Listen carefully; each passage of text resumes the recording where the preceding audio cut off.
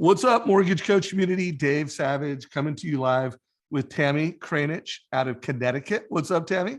Hi, how are you guys? Right on. So Tammie, I'm looking forward to hearing more about how you're helping people win offers. I think you're calling it make an offer that wins. Is that right?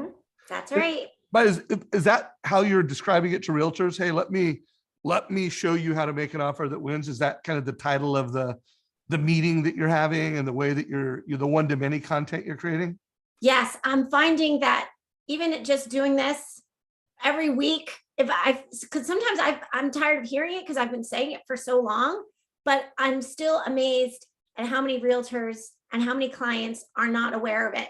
So we have a mission as mortgage coaches to get this presentation, to get this information out to people. And that's why when I created this latest brainchild, my latest brainchild, I was like, Dave, you got to see this. It's helping me win deals. So I love it. I love it. And so guys, Tammie is an individual loan officer. She's averaging over 10 loans a month and she's gaining market share. So while she's not closing more loans this year than she did last year, she's doing better. Like the rank that she is within the region, within the company is higher. So she's beating her competition and she's winning new realtors.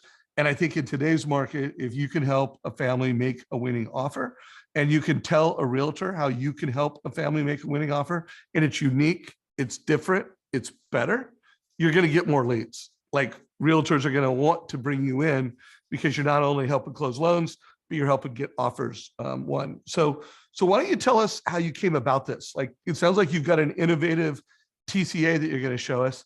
Like, what's the backstory? So I have a relationship with a Keller Williams office in Stamford, and they did an internal survey of they surveyed all their top listing agents and asked them who's winning the deals, by how much, what are the contingencies, what is the strategy that they're using to win the deals. And they put together this incredible infographic that I can send, so you have it. You can, and they gave me permission to share it. Can you show it on the screen in a minute? I can. It's a picture. Actually, like, pull it up, and by the way, guys, this is a meeting, like when I did the scripts call with Jeremy on Friday, he is making his script to get meetings with realtors is, hey, would you like to close? Do you have 15 minutes so I can show you how to close 3 extra transactions this year? I loved that. I actually used it to get some appointments. Did it work? And now that I have this piece of this information, I mean, this is like real. But by the way, did Jeremy, sounds like you heard it on Friday. And I did. I heard it on Friday twice, listened to it in my car. Thanks, Jeremy. And did it work? Did it work?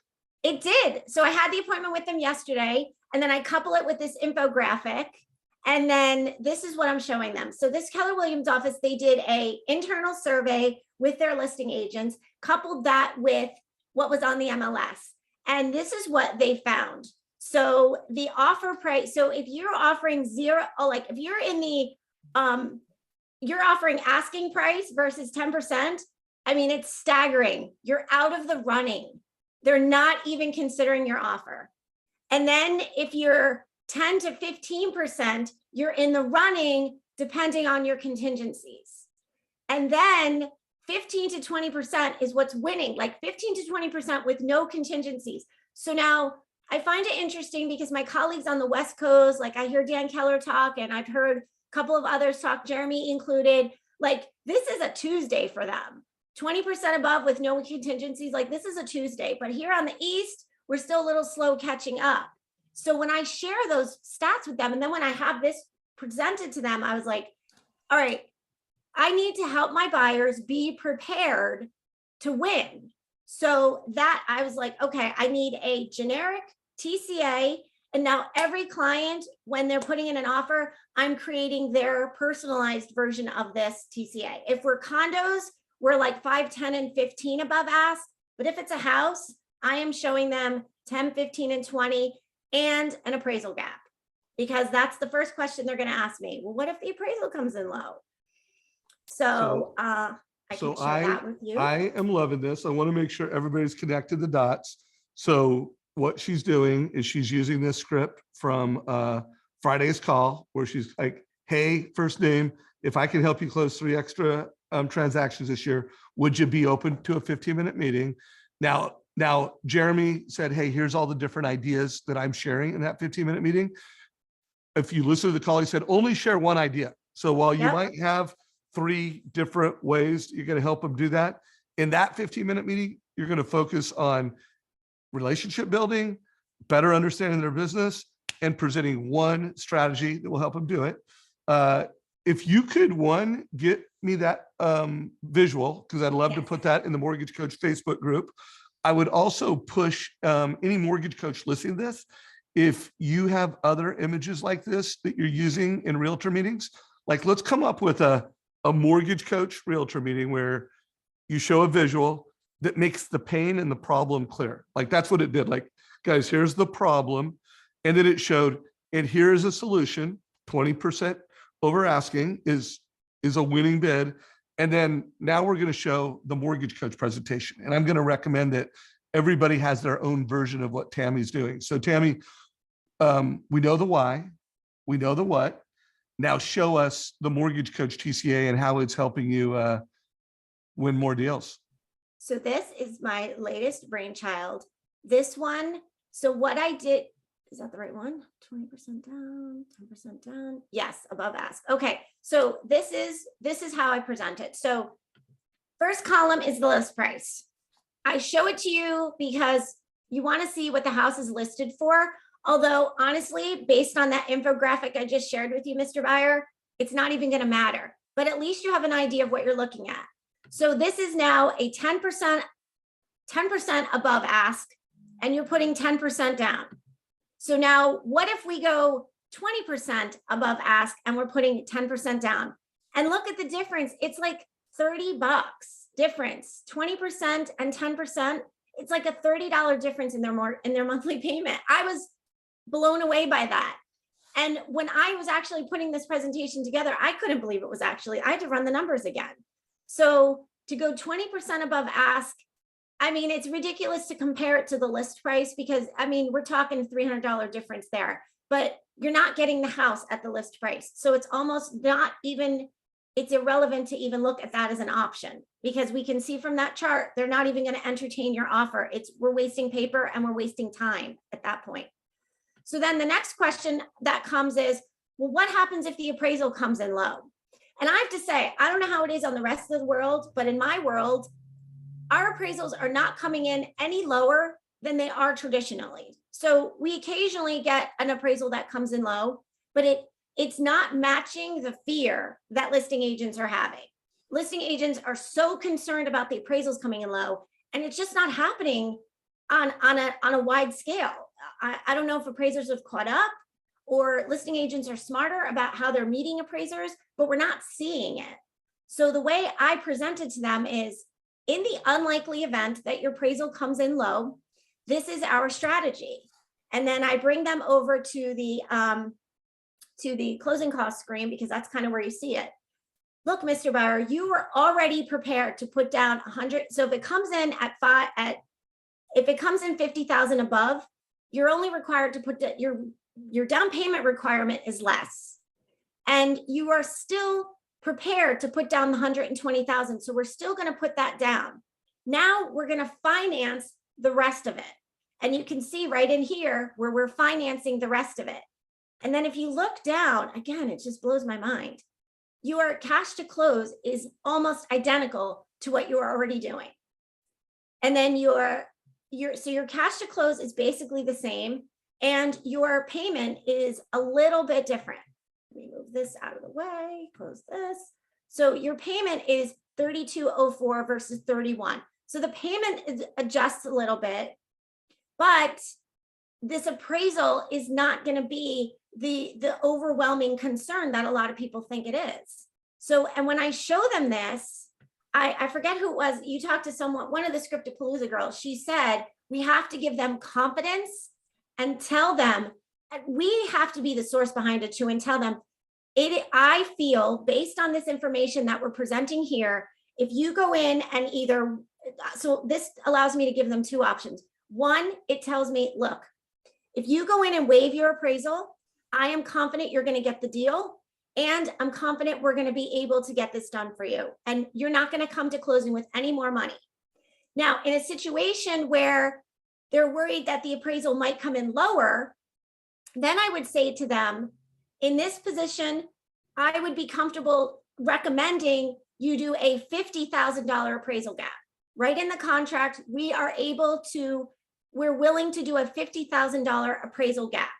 It doesn't mean you might still not win the house, but at least you've got a better shot of winning the house based on those statistics. So what I love about this is, let's face it, whether the fear outpaces the facts, the concern is there. And so I love the fact that you're proactively giving clarity around what it's going to take to have a winning offer. So here's an infographic with some studies. Here is some clarity around what this looks like. And in this particular case, it was a no-brainer, but you made it clear. And by the way, sometimes, guys, it's not going to be a no-brainer, but what someone imagines versus what it really is, if you're like showing them the facts and you're localizing it, you're personalizing it, it's based on today's rates, you're going to be a lot better off. So I love that strategy. I would love, if you have questions, put them down below. We got a lot of folks watching this in our Facebook group live. Those of you that are watching it. Some of the things I've run into doing it, like with, real clients, because I've really, every pre-approval I've written in the last 2 weeks, I've gotten this. It helps me see a couple of things. Like, it helps me see what you were saying. Sometimes they might have to come to closing with a little bit of extra money. But they know that now. Like, look, if this comes in, the agent thinks it might come in here. If that happens, you're going to have to bring this much extra to closing. Where is that money? But I always say to them, in the unlikely event, like, guys, we're talking worst case scenario. One other thing I want to add is I've run into some pushback with some agents who don't understand it. And then they talk the clients out of it. Oh no, if the appraisal comes in low, you're going to have to pay the difference. And I showed the client again, and she didn't understand. So the way I'm illustrating it is, if you go in for heart surgery, do you actually know what the surgeon is doing? Or do you just know, okay, here's what's going to happen. They're doing heart surgery. They're cracking open my chest. And then I'm going to be recovering for 6 weeks. You have the basic bird's eye view. So don't get caught up so I tell the clients and the realtors now, don't get caught up in the details of how we're doing it. Just know that we can do it. And this is a strategy that apparently in my world, not everybody is doing. I love it. And I love that you're using it to get meetings with agents. I love it. You're using it to create a competitive advantage. Is there any other TCA strategies that you're using to help get consumers clear, make a winning offer, or you're doing to help realtors sell more homes? So another one that I'm doing is, again, taking this from one of the girls at Script. I feel bad that I can't remember her name because she was really good. It was Shayla Gifford? No, it was towards the end. She was showing her pre-approval strategy. Shivani. Shivani, yes. Shivani, I loved it. Shivani, and you know rocked. what? I was already kind of doing it, but what she said, like, I was able to kind of take it to the next level. So rock on, Shivani. I loved it. So this is kind of what I started doing for the clients, because now I need them to be prepared for their worst case options. So while you're pulling that up, guys, that Shivani's presentation at Scriptapalooza, I'll put a link to Scriptapalooza down below. I'll also put a link to Jeremy's most recent scripts call. But Shivani killed it. Make sure you I'd listen to all of Scriptapalooza if I were you, but make sure you at least check that out. And also, guys, in the description, like when you look at Scriptapalooza, in the description, there's a link to the transcript and to the taking action notes. So if you don't want to listen to the whole call, you can just go to it quickly and read it. Or I recommend you do both. You use the taking action notes. I listen to the whole call. I mean, I'm still listening to it because Shayla had some great nuggets that I can pull out. Dan Keller had some great nuggets. Jeremy, of course, had some great, like, everybody had something that was just, you can implement into your business now. It was really, like, they just get better and better. I've been a fan for a long time.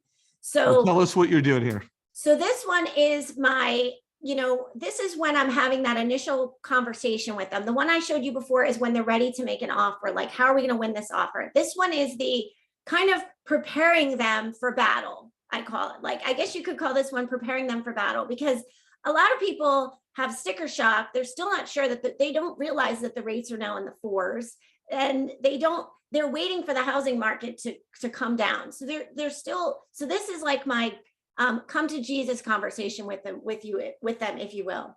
So I always ask them, okay, where is a comfortable mortgage payment for you? Where do you want to see yourself end up?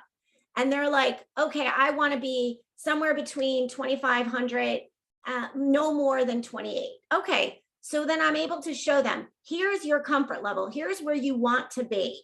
Okay, and then here's what you're actually qualified for. So you want to be somewhere around 26. You're going to be okay if you're somewhere around this 450. But actually, Mr. Buy, I like this. The second one is, this is where I kind of think you're going to end up. But then I show them, based on the numbers and based on your pre-approval, you are qualified to go up to the highest amount, which is here. So I give them the three numbers. Okay, this is where you want to be. Is that realistic? Here's where I think you're probably going to end up. And then here's the highest you can go if you're out there, and this 450 price range is showing you nothing. Here's where you can go. And I started doing this because I get referrals from people who are telling me that, internet bank guy told me I'm only qualified for, I got my pre-approval for X amount, but I need it to be at X amount, this amount. So I started to make sure I was addressing that head on. Okay, here's where you want to be. Here's where you're probably going to be, but here's where you could go if you choose to. And then I present the numbers to them, and then they can kind of make a choice. And I'll tell you what ends up happening, and the realtors love this. What ends up happening is they're between the 450 and the 525, because now they're looking in the, in that 450, but now when they're bidding, they have to bid up to 525 to get the offer accepted. So showing them these numbers kind of puts them in the right frame of mind when they're out there looking, knowing, okay, Tammie said we could go to 525 if we have to. So I want to show you something. So first of all, super smart, beautiful presentation. I don't know if you saw this interview, but it was a couple weeks ago, and I interviewed a mortgage professional. It was called the All-in-One Pre-Approval Experience with Gracie. Yes. Did you see this? Yes, I did see that. Yeah. So guys, one of the things that Gracie is doing now, again, she's, I think, Dallas, Texas. If it was a first-time home buyer, she'd do it with rent versus own. So if it was a move-up buyer, take away that column. But she's always showing what they applied for. She's always showing what their maximum pre-approval is. And then in her market, she's like, everybody's worried about appraisal gaps. Now, I don't know if it's kind of like your market where they're worried about it, but it's not happening, or whether they're worried about it, it's happening. But she's always doing an appraisal gap. And then she's like, and a lot of people are on the fence. So I'm always kind of like, well, what do you think rates are going to go up to? And do you think it's possible values could go up a little bit? So like, she's doing this all in one, what the max is, how we're going to protect you in an appraisal gap, and a little bit of, hey, if you wait 6 months, what's going to happen? What are your thoughts on that? So actually, I saw her do that. That was Gracie's presentation was actually really good. And I thought to myself, why am I not doing that? So I started to do that, but I found that for me, my borrowers were getting too overwhelmed worrying about appraisal gaps when they're still in the pre-approval stage. So I just scaled it back, kind of like giving them baby steps. Like, okay, now that you've started looking, and then when I do my pre-approval update calls, how's it going out there? What are you finding? And then I'm able to adjust the TCA based on but I loved that. And that is kind of where I got some of my inspiration for mine from too, is where they are and where they want to be, because we know as loan officers, that's really the reality of it. And some of them think the rates are still in the twos and that the housing market's going to crash. So there's a lot of education we have to do, but I loved Gracie's. For me, I had to tweak it a little bit to accommodate my buyers with too much information. Yeah, no, I get it. And, I interviewed Denise Donahue recently. She joined us. It was called Denise Donahue's Realtor Playbook. Again, guys, we're one away from having that hit 1,000 views. Did you watch that one, by the way? Probably. I watched them all. That's why I feel bad when I can't remember their names or where I heard this idea from. But so, well, and my point was Denise said something similar because I interviewed Denise a couple days after the Gracie interview. And again, Denise is a huge producer. Her team closed over 700 loans.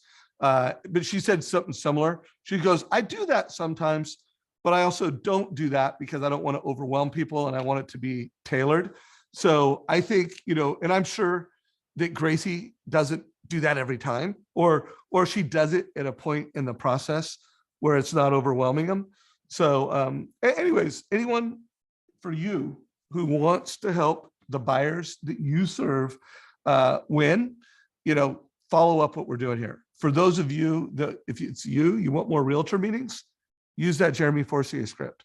And then remember, just one strategy, a move up strategy. Show them, hey, I can help you get more listings by making it clear to people that want to sell their home that are on the fence that moving up is going to help them build wealth with real estate faster, get lifestyle faster. There's a lot of people that can move up right now.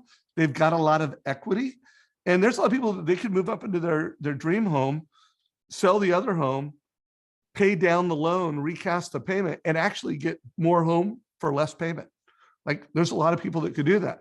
There's a lot of people that took those 5 topics that you talk about to us all the time, and we just update that presentation, like we'd have enough for realtors. I mean, we could talk to realtors 5 times. We could talk to them twice a year and just have that information. And one thing I wanted to just remind everybody, or I printed them out in color and I gave them at my realtor meeting. I printed them out in color and I gave them at the meeting. And the realtors were just staring at this, like blown away by it. So I just want to remind everybody to actually print this stuff, because I feel like at least for me, I forget sometimes that there's the print option. And then what I do is I printed it and I put it in color, and I was able to show them the electronic version on my laptop, but also how I was able in their hand, how they could have the handout to write on it and write notes on it. So don't forget about printing the stuff out for them. They still love paper. Yeah, no, and I'm showing a little 5-minute video from the Modern Mortgage Summit where Denise shared, like, how is she blowing the minds of realtors is, well, she does her lunch and learns, whether it's on Zoom or it's in person. Obviously, if it's on Zoom, she's not printing them out. She's just showing it digitally. Right. But when she does them in person, she's got printed out strategies. And so she's given them the link and she's giving it to them in printed. So great idea. So I think we've given folks some really good ideas that will help them help realtors sell more homes and help families win in these bidding wars. Any closing thoughts before we wrap this up? Nope. I'll take this opportunity to thank all the people that have interviewed before me, because every one of them have come up with an idea that I was able to, glean and use for my buyers. And I'm honored to be part of this community. And I've said it before, but it makes me a better loan officer. So if you guys, and a lot of people are like, oh, it takes too much. I cannot even imagine my business without this now. I couldn't imagine. So use it. Tammie, it works. Thank you. On yesterday's call, we did a sales training call for Loan Depot, the whole company nationally, and you're a great change agent. I mean, clearly you're helping your own team. We appreciate that. You came on the Mortgage Coach YouTube channel and you're helping the whole industry. I love that you're representing Win by Noon. So shout out to Todd. Yeah. So anybody that wants a Mortgage Coach shirt, a Win by Noon shirt, make sure you go check it out at the Win by Noon store, winbynoon.com. And I want to remind people, winning by noon, if you're in the mortgage business, it means that you've hit your prospecting time, like your sales time by noon, and it means you've done a TCA by noon. We still have a challenge, TCA day challenge. In fact, in the Win by Noon store, you can buy some wall mounts, for all you sales managers out there that are doing weekly meetings or daily huddles. We've got a win or a TCA a day challenge. And then remember, Jeremy said one of the things he's doing with realtors to help them sell more homes is a CMA a day challenge. Like, hey, are your realtors doing a CMA a day? Guys, check it out. I think we'll wrap this up. Tammie, you killed it, girl. Thank you. Could you send me those 2 TCA Yeah. links so I can put I them will down send below? them to you. So you have them, And- and then I'll email you the infographic as well. So Yeah. thank you guys so much. Thank you for watching. And remember, guys, play it forward. If you have an infographic that you're using to help in a winning, help people get their to win in the bidding war, share that infographic in the Mortgage Coach Facebook group. And if you have some unique ideas and strategies, or even if you just want to share how you're winning, like you got to be winning, you got to be gaining market share. But if you're gaining market share in this business and you're doing at least 10 loans a month, I want to interview you. So let me know what you're doing. Tammie, can't wait to see you in the real world. Yes, likewise. All right. This call is a wrap. Give it a like if you liked it. Share it with your mortgage friends and have an awesome day.